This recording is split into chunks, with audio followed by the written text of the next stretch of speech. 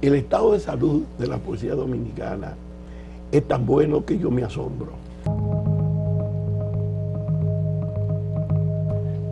Mateo, yo quiero que hablemos del taller literario César Vallejo. Tú fuiste el formador de este taller, lo hiciste en el área de extensión cultural de la Universidad Autónoma de Santo Domingo. Se agruparon alrededor de la Escuela de Filosofía y Letras, en la Facultad de Humanidades. Yo veía siempre, yo estaba estudiando periodismo, que había reuniones los fines de semana, los sábados, los viernes. Y ustedes, ¿cómo fue que tú lograste, identificaste a todos esos jóvenes? A Mármol, a Zapata, a Basilio Beliar. Eso fue una experiencia para mí inolvidable. Sucede que en esos días yo había visitado algunos países, había visto algunas experiencias en México, había habido alguna experiencia en Cuba con los hermanos Sainz, que es un proyecto literario de jóvenes muy exitoso para ese tiempo, donde salieron muy buenos escritores. Había visto la experiencia de Solentinamen, de Ernesto Cardenal. Solentinamen, sí, y entonces cuando en Puerto Rico con el grupo Guajana, que tenía una relación, y veía como en la Universidad de Puerto Rico le daban algún respaldo. O sea que cuando viene al país... Mira, esta fotografía, y perdón, yo sé, esta fotografía estás tú, está Fernando Sánchez Martínez, que luego fue rector de la universidad. Rafael Abreu Mejía. Rafael Abreu Mejía. Norberto Yen. Los que están sentados son Alexis Gómez. No, pero primero Norberto Yen y Andrés L. Mateo arriba. Ya, Andrés L. Mateo, el extremo derecho. El extremo abajo es Alexis Gómez y Pedro Caro. Pedro Caro. Así es, esos son. Pero mira, ese fue un grupo, y ya que tú mencionas... Esa es la antorcha. No, eso surgió cuando se suprimen todos los grupos por los conflictos. Un día Pedro Caro nos llama y dice, yo quiero que formemos un nuevo grupo. ¿Sabes cómo se llama ese grupo? Liberación. Duró 9 meses. Pero la foto está ahí, está ahí. Ah, eso fue cuando formaron entonces Liberación. Sí, Liberación fue un grupo posterior a todo esto. Y eran reuniones, una semana, un almuerzo o una cena en cada uno de nosotros. Dime una cosa, ¿de qué hablaban ustedes después que tú identificaste a esos jóvenes? Algunos estudiaban filosofía, otros estudiaban filosofía y letras, otros tenían otras áreas, pero tenían la vocación de la escritura, Plinio Chaín, sí, por ejemplo. No, sin duda, citamos mucho y es normal a José Mármol. Mira, ahí está Enriquillo Sánchez. Ahí está Enriquillo Sánchez, Federico Jóvenes Bermúdez, Janet Miller, Pedro Mir, Tony Raful, Mateo Morrison y Enrique Eusebio. Fue mi profesor, Enrique Eusebio. Brillante. Sí. Entonces, ¿cómo era que tú identificabas a esos jóvenes? Bueno, yo voy a decir... Pero tú le preguntabas si les gustaba la escritura, te voy a decir si escribían. Te voy a decir exactamente. Lo voy a decir, y ya lo he citado 3 veces, pero es natural, porque se han desarrollado todos y todos muchísimos son brillantes, pero el que ha tenido una mayor proyección ha sido José Mármol, porque es el que ha ganado el Premio Nacional de Literatura más joven, ¿verdad? Y otros premios. En el año 2013, 3 años después que tú. Sí. Entonces recuerdo, y lo cito a él, decía José Mármol que llegó a la universidad y vio un letrero que se pusieron en diversas facultades, no solo humanidades. Yo puse el letrero en diversas facultades. Se va a formar un taller literario, todos los interesados vayan a la Dirección de Cultura. Entonces fueron allá los interesados, no solo, la mayor parte era la Facultad de Humanidades, pero había, por ejemplo, Mayra Alemán, que era una poeta, estudiaba medicina, y por ejemplo Carmen Sánchez estudiaba pedagogía, bueno, era humanidades, pero también, aunque no formó parte directa de César Vallejo, pero tenía desde ese momento mucha comunicación conmigo y me enseñaba su trabajo, y hasta ahora va a presentar mi libro. Ángel Hernández, el que me mostró gloria, estudiaba ingeniería química. O sea, que del taller o no del taller había todo un movimiento que no era solo de la Facultad de Humanidades, aunque la mayoría era de la Facultad de Ya, Humanidades. mira, aquí está Miguelín de Mena, que es el único como que... Pero ahí está Pedro Peix, está Andrés L. Mateo, Tony Raful, Miguelín y Mateo Morris. Eso fue en Peña de Tres. Ah, Peña de Tres. Eso fue en Peña de Tres, que cuando se formó, Tony me invitó a colaborar. Y entonces yo iba tanto, me invitaban tanto que a veces decían que era Peña de Cuatro. Bueno, ¿y qué discutían ustedes cuando se reunían? ¿Discutían poesía? ¿Había que leer obligatoriamente? ¿Cómo era? Mira, cuando llegaron, yo le preguntaba lo siguiente a cada uno que llegaba: ¿qué tú estás leyendo? Ya. Algunos me decían, bueno, yo he leído a Miguel Hernández, algunos me decían, yo he leído alguna cosa de ellos. Y en la mayor parte de los casos eran jóvenes de la provincia o de los barrios. El taller literario, César Vallejo, eran gente de origen muy humilde, todos, estudiantes de la UAS, Sí. estudiantes de la UAS. Y entonces... Ahí está Abel Fernández Mejía. Ahí estaba el Fernández Abel, Mejía, sí, contigo y con Tony Raful. Sí. ¿Quién es el otro, el del extremo derecho? Andrés L. Mateo está No, el extremo de ellos es Benito Fernández. Benito Fernández. Benito Fernández es un destacado dirigente estudiantil. Histórico. Yo lo entrevisté ahora, hace poco le hice una entrevista, hace 2 años. Entonces, ¿qué sucede? Le preguntaba eso. Como era, yo tenía una biblioteca más o menos y le decía, pueden tomar en mi casa algunos libros usados y pueden durar un mes con ellos. Ya. Y pueden durar un mes con ellos. Y estos estaban disponibles, y entonces, disponibles en la primera libros. etapa, en estos días me dijo Tomás Castro que ya completó los boletines que hacíamos, porque los boletines... Tomás Castro es el autor de Amor a Quemarropas. Amor a Quemarropas. En estos días me llamó y me dijo, Mateo, te tengo una buena noticia, ya tengo completo los boletines que sacamos, que todo lo que sacamos un boletín.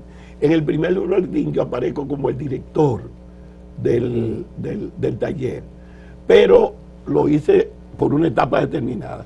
Pero cuando yo vi el desarrollo de ese grupo de jóvenes, yo tomé la decisión de que ellos dirigieran el taller, aunque yo asesoraba. Mira. También contribuía Abel Fernández Mejía. Mira, aquí está Ilón Canacil, bueno, perdón. ahí hay un grupo grande. Ahí está Plinio Chaín, ahí está José Mármol. Ahí está José Mármol. Sí. Ahí está León Félix Miguel Ángel Batista. Perdomo. Mira, León Félix Batista por aquí. León Félix Batista, Mira, exactamente. Mira, José Molinaza. José Molinaza. Sí. El maestro Víctor Villegas está ahí también. Está ahí, Perdomo está ahí arriba. Mira a Manuel del Cabral. Manuel del Cabral presidiendo. Sí. Ahí se juntaron varias generaciones literarias en esa foto. Mira, y entonces, ¿por qué le pusieron César Vallejo, un poeta peruano, teniendo tradición la poesía dominicana y habiendo podido poner, por ejemplo, el nombre de un poeta dominicano? Esa es una pregunta que se ha hecho mucho, nos ha hecho mucho y yo te la voy a responder. Mire, en realidad cuando se formó el taller César Vallejo ya existían, no talleres, sino círculos literarios. Ya existía el círculo literario Moreno Jiménez, y existía el círculo literario Juan Sánchez Lamú, que yo era uno de los asesores. Existían otros círculos literarios con nombres de poetas dominicanos. Es precisamente Juan Sánchez Lamú quien un día, caminando con nosotros en el Conde, nos dice, pero ustedes sí hablan que Neruda, pues era Neruda todo. Y quizás, si seguimos por ese camino, el taller se hubiera llamado Pablo Neruda. Porque lo que queríamos era ponerle un nombre, no un poeta dominicano, sino darle un carácter como internacional. Esa fue como la idea que surgió. Pues no nos vamos a quedar aquí, vamos a ponerle un poeta. Y entonces Juan Sánchez Lamú me dice, cuando vamos caminando, ustedes hablan mucho de Neruda, pero tienen que conocer a Vallejo. Vallejo es tan grande como Neruda. No lo conocíamos. No conocían a César Vallejo. Decir en el sitio de cuando sabíamos que había un poeta que se llamaba así, pero su obra. Y recuerdo que varios de nosotros de la Antorcha, ahí fue como comenzó la idea. Trilce, Poemas Humanos. Poemas Humanos. Sí. Fuimos caminando y él nos dijo, mira, aquí en la librería América venden un libro de César Vallejo bastante barato. Para ese tiempo es una edición popular, y lo compramos. Y recuerdo que nos entusiasmamos mucho todos. a Lazy, nos poníamos en el parque a leer eso. Entonces nos quedamos, yo me quedé con esa idea. Estoy pensando, al fin de la batalla y muerto el combatiente, entonces, llegó hasta él un hombre y dijo, sí, no, los poemas de la Guerra Civil Española, sí, claro, los poemas España, aparta de este cáliz, por Dios. Aparte, que junto con Neruda, que escribió otro gran poema, España en el corazón. España.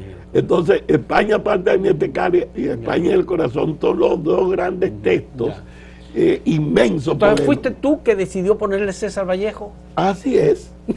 Así es. Tengo esa responsabilidad histórica.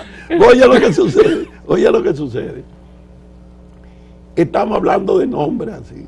Y yo recuerdo, y Tomás siempre lo graba, y todavía no teníamos nombre, el taller literario. Y estamos haciendo el primer boletín. Y dice Marcial Chopol, que era uno de los empleados que estaba diseñando, ¿y cómo que se va a llamar esto? Algo así. Entonces, bueno, la idea es que se llame César Vallejo. Y ahí comenzó. Entonces comenzó la idea de César Vallejo, César Vallejo, César Vallejo. Al año, nosotros nos comunicamos con la Embajada de Perú. Y entonces la Embajada de Perú nos suministró materiales y comenzamos a hacerle homenaje, estudiar a Vallejo. Pero el taller se llamó César Vallejo, pero ahí se estudió todo. Yo recuerdo el estudio sistemático sobre, por ejemplo, sobre Borges, que fueron varias semanas. Y entonces lo que quería decir, que es muy importante, que cuando yo vi el desarrollo de del grupo, yo que le había dicho al rector que era un modelo como el del coro, la rondalla y los otros, entendía que el coro universitario, el movimiento cultural universitario, el MSU, la rondalla, la poesía coreana. Entonces yo le dije que ellos eligieran su directiva, porque también en el César Vallejo hay algunos que comenzaron desde el mismo momento, comenzaron ahí. Tú mencionabas algunos, sin embargo hubo otros que ya habían formado algunos círculos literarios, como por ejemplo Julio Cuevas, o el mismo Aquiles Julián. Y entonces nosotros lo que hicimos fue que los llamamos a que se integraran al César Vallejo. Además el César Vallejo tenía un atractivo. ¿Y tú sabes cuál era el atractivo? Que nosotros, yo recuerdo que visité al rector, que era el doctor Antonio Rosario, en ese momento, y le dije, mire, ha surgido un nuevo grupo. El director de cultura en esa primera etapa era Narciso González, yo era el subdirector. Pero Narciso enfermó y se quedó como profesor de extensión y yo me quedé como director. Bueno, y fui director con 7 rectores. 22 años.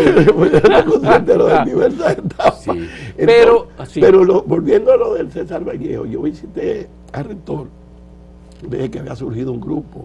Veo, pero qué bueno, ¿y qué hacen? Digo, no, son escritores, escriben poesía, qué bien, escriben cuentos, porque uno habla solamente de lo del poeta. Pero Mateo, la generación del 80, que es como se le conoce a esos jóvenes, casi todos salen de ahí, del César Vallejo. Es decir, el César Vallejo marca.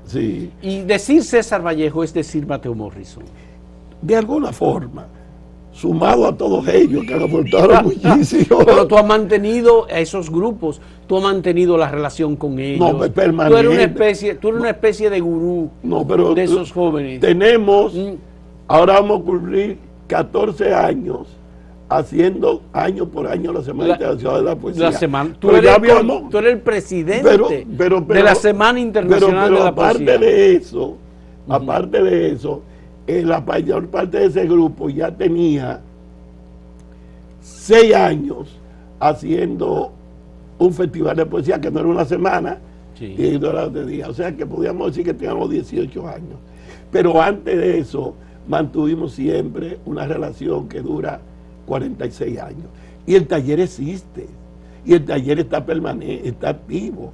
Y en el taller han surgido ya, y te puedo asegurar que hay 6, 7 u 8 jóvenes poetas, lo voy a reducir a 5, que comienzan con tanta fuerza como los que hoy iniciaron el taller César Vallejo. con tanta calidad como eso, Qué bueno. 46 años después. Si tuviera que describir Mateo Morrison hoy el estado de salud de la poesía en República Dominicana, ¿cómo lo definirías?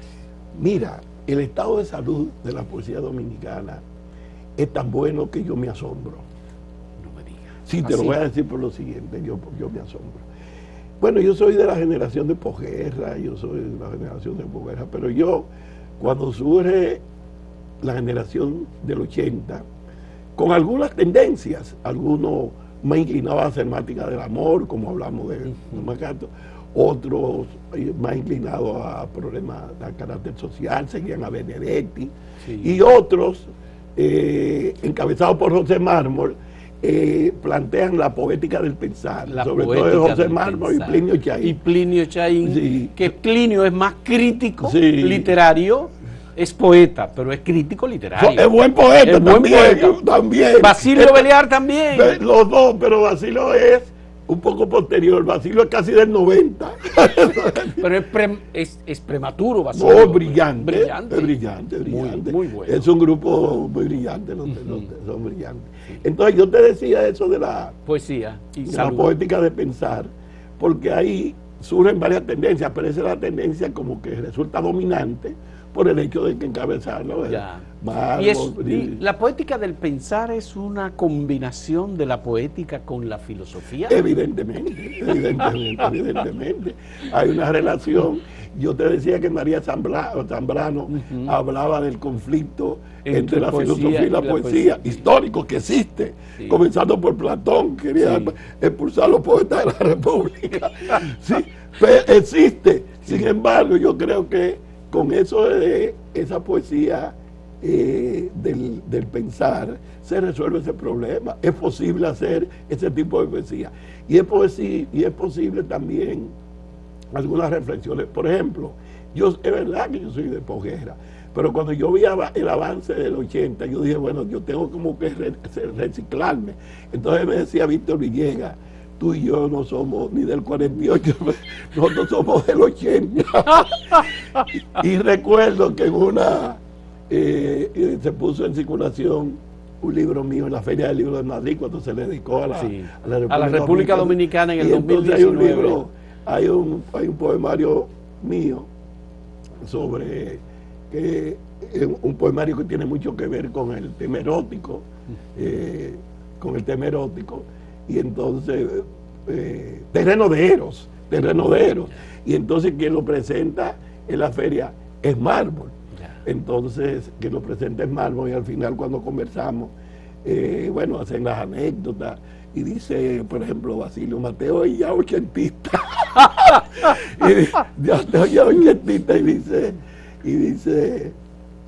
Y Plinio comenta, bueno, ya no solamente ochentista, sino que ahora se ha vuelto un poeta más erótico que cuando era joven.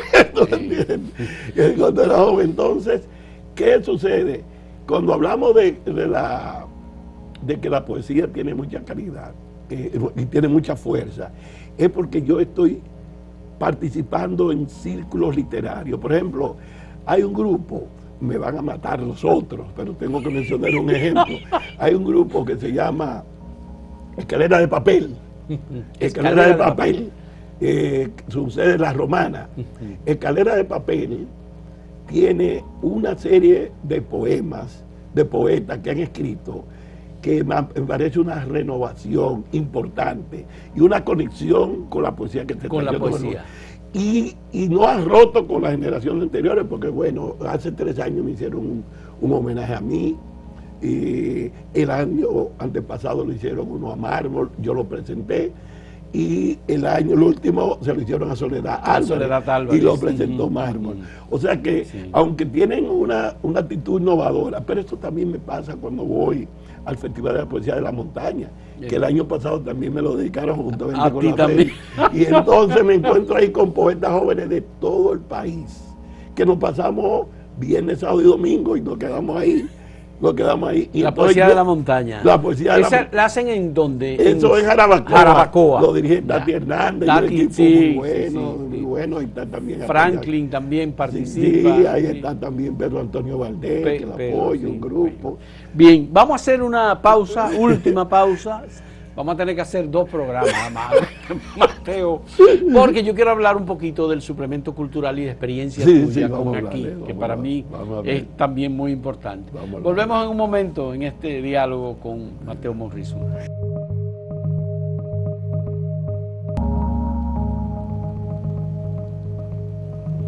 Manuel del Cabral tiene un poema muy breve que se refiere al agua que piensa, a la lluvia, a la lágrima, ¿no?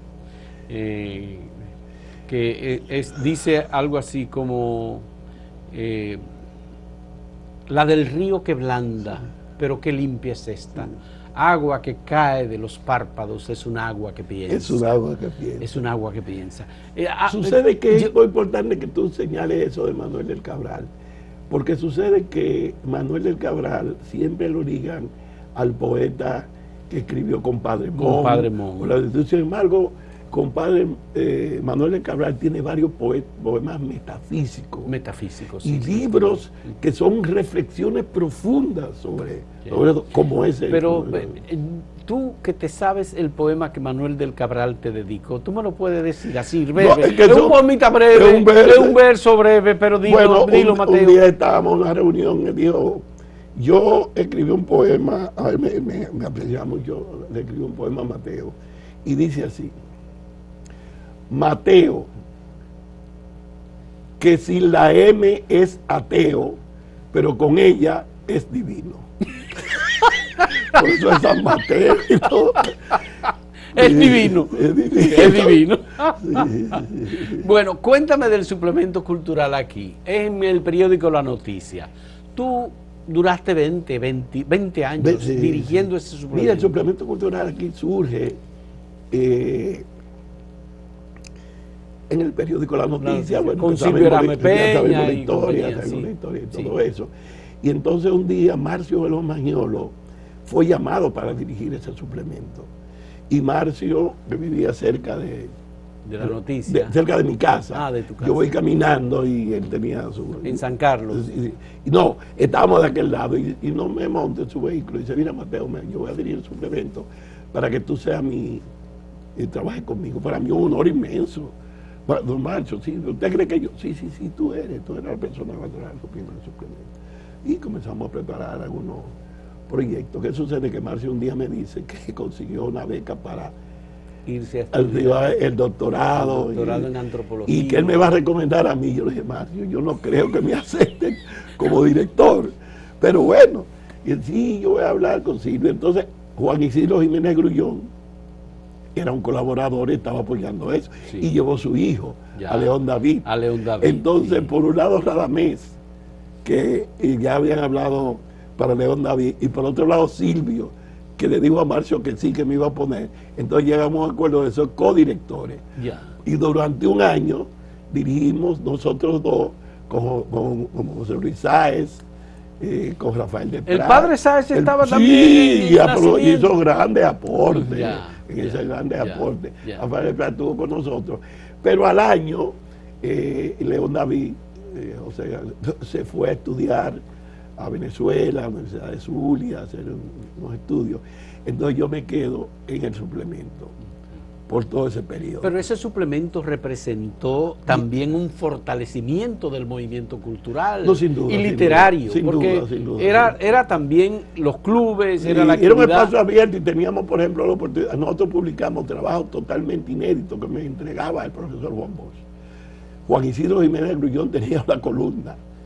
Alberto Malagón sobre lingüística, imagínate tú. Y Dagoberto Tejada y también Fradique sobre folclore. Pero entonces, aparte de esas figuras de primer orden, entonces teníamos, como decía Tony Raful, tenemos un suplemento de nosotros, porque antes teníamos que pedir que nos publicara en otro lado. Entonces, ese equipo, entre el cual estaba Tony Raful, Federico Jovine, Miguel Perdomo, entre otros, se integra voluntariamente a apoyar el suplemento. ¿Y el suplemento? Pero la otra parte es que el César Vallejo, yo le digo un día, y hago lo que llama la página juvenil o la página Voces Nuevas y le doy una página completa al César Vallejo para que ellos la dirigieran. Esa parte la dirigían ellos. León Félix Batista participaba mucho, César Zapata, hermano, Plinio, esa era de ellos, sí, de ese grupo. José y Molinaza, yo recuerdo que hay un trabajo que escribió, publicó Ángel Hernández, que se llama Esperando a Mateo. Y le pregunto, ¿y por qué se llama así? Y dice, bueno, porque todos estábamos en el suplemento, en la noticia, esperando que llegara Mateo para publicar nuestro libro. El mejor homenaje que me han hecho.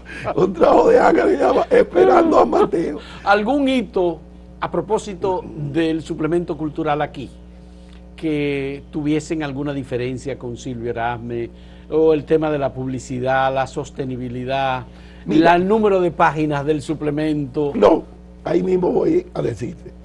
Un día yo hice un viaje a China e hice un suplemento sobre la poesía de Mao Zedong. Era poeta, el presidente Mao. Sí, la poesía de Mao Zedong. Aquí el libro rojo se vendió como una cosa, ¿verdad? Entonces Silvio me llamó y me dijo, mira Mateo, tú tienes libertad para todo, pero tú tienes que evitar que cierren el periódico.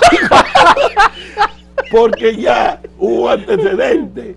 Sí. Y fueron dos antecedentes. Uno dedicado a los presos políticos, donde se le hizo una entrevista y donde se publicaron los poemas de la cárcel que está en el Trilce de Vallejo, y el poema de la cárcel de Miguel Hernández. También. Pero junto con entrevistas a los presos políticos.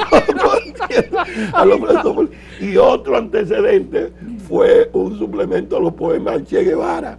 Entonces ya cuando vino ese tercero, siempre me dijo, hay que moderar la cosa. Moderar la cosa. Pero siempre la apoyó. Además un día me dijo, y tengo que decirlo, lo dijo un día en su casa, un domingo, me dijo, Mateo, teníamos 16 páginas una vez, un suplemento de 16 páginas. Después por la crisis tuvimos que bajar 8, pero 16 páginas. Me dijo Silvio, mira Mateo, el aporte más grande que estamos haciendo al periodismo es ese suplemento. Ese suplemento. Y lo dijo en una reunión de mucha gente. Digo, bueno, pues es un honor inmenso, pues eso lo estamos haciendo. Sí. Por la cantidad de gente que le decía a Silvio con el suplemento públicamente. Iba donde él a llevarle cosas. Para el suplemento. Para el suplemento. Entonces él me decía, yo no quiero, como yo no vino eso, Mateo, es que y su grupo que van a saber si lo publican. Eso generó también algunos problemas, una gente que no se le publicó inmediatamente, sino 10 años después. Pero yo creo que fue en la noticia que una vez a ti te agarraron preso y tú... ¿No fue en la noticia? Bueno, que te buscaron a ti. Bueno, hay una fotografía tuya con imágenes, policías poniéndote unas esposas. Sí, eso fue así, pero eso fue en mi casa. Ah, fue en tu casa. Lo que pasa es que la noticia le dio primera plana. Y en esa ocasión hubo 80 detenidos en diversos sitios, fue una redada nacional. A mí me detuvieron en mi casa y entonces Silvia escribió un editorial que se llamaba A Mateo no, por favor. Y entonces todos los demás dijeron a Mateo no. Ese eres tú. Sí, a Mateo no, por favor. Entonces... Mira, PN apresa al poeta Mateo Morrison. Sí, entonces ¿qué sucede? Hubo otro editorial de don Rafael Herrera, pequeñito, que decía don Rafael Herrera, Mateo, que tantas veces ha venido a pedir la libertad para otro, hoy desde el litín pedimos la libertad para él. Sí, fue un momento que tuvimos así. Entonces, el otro aspecto del suplemento que para mí, yo siempre lo recuerdo, hay varios escritores. Por ejemplo, Pedro Antonio Valdés, que es uno de nuestros mejores escritores, ensayista, cuentista, novelista, excelente. Incluso y recuerdo, algunos de sus textos han sido llevados al cine. Sí, excelente. Y un día él me llama de La Vega, yo no lo conocía, y me dice, yo soy fulano, tengo un trabajo que quisiera publicarlo, y yo le dije, no hay problema, pero además yo vi que hay una actividad dedicada, no recuerdo si era Juan Rulfo o algo así, en la universidad. Yo le dije, no hay problema, ven, y dije que viniera, él tuvo esa participación, le publiqué ese trabajo y él siempre recuerda eso. Esos fueron los momentos porque son momentos de lanzamiento. De lanzamiento. Sí, y así sí. pasó también con otros escritores jóvenes que eran de provincia y me decían, no, yo iba tantos kilómetros a comprar el suplemento, a buscar el suplemento. Sí, eso fueron que momentos, viajaban muy. Mira Alexis Gómez ahí al lado tuyo. Alexis Gómez. Y el que está allá al fondo es Miguelín de Mena. Ese es Miguelín de Mena. Y está don Nicolás Guillén, está Enrique Nicolás, Eusebio y José Molinaza. Y José Molinaza. Y Federico Jóvenes. Eso fue cuando se celebraron los 70 años de Juan Bosch, que vino García Márquez, Nicolás Guillén, y eso fue en el Hotel Nicolás de Obando. Estuvo don Nicolás Guillén, estuvo en los actos en La Vega. Yo estaba presente. Yo fui a esa celebración, Mateo. A mí me sorprendió cuando fuimos al ayuntamiento y el síndico de La Vega, que era reformista, dio un discurso que a Juan Bosch no le gustó, y Juan Bosch no convocó a su gente, dijo, yo me voy de aquí. Y detrás de él se fueron se fue todo el mundo, dijo el síndico. Nicolás Guillén, todo el mundo. Nicolás Guillén, García Márquez, José Maldonado Denis, era alguno de los que vinieron a esa celebración. Regis Debray. Regis Debray, para mencionar algunos. Que no le gustó. Miguel Otero Silva. Miguel Otero Silva vinieron y ciertamente hubo mucha gente en La Vega en esa celebración. Pero bueno, fue un acontecimiento cultural importante. Juan Bosch expresó su manera de ser, eran los 70 años del profesor Bosch y fue verdaderamente un acontecimiento. Mateo, al final tú vas a presentar este fin de semana este libro, Desde la hoguera se sienten a distancia los latidos. Eso va a ser... Esto es haiku. Hay haikus, hay brevevisiones y hay minificciones. Es un libro pequeño en extensión y en la dimensión de cada uno de los textos. Es la primera vez, es totalmente inédito. O sea, nada de eso yo lo había publicado. Lo reuní ahí como una forma de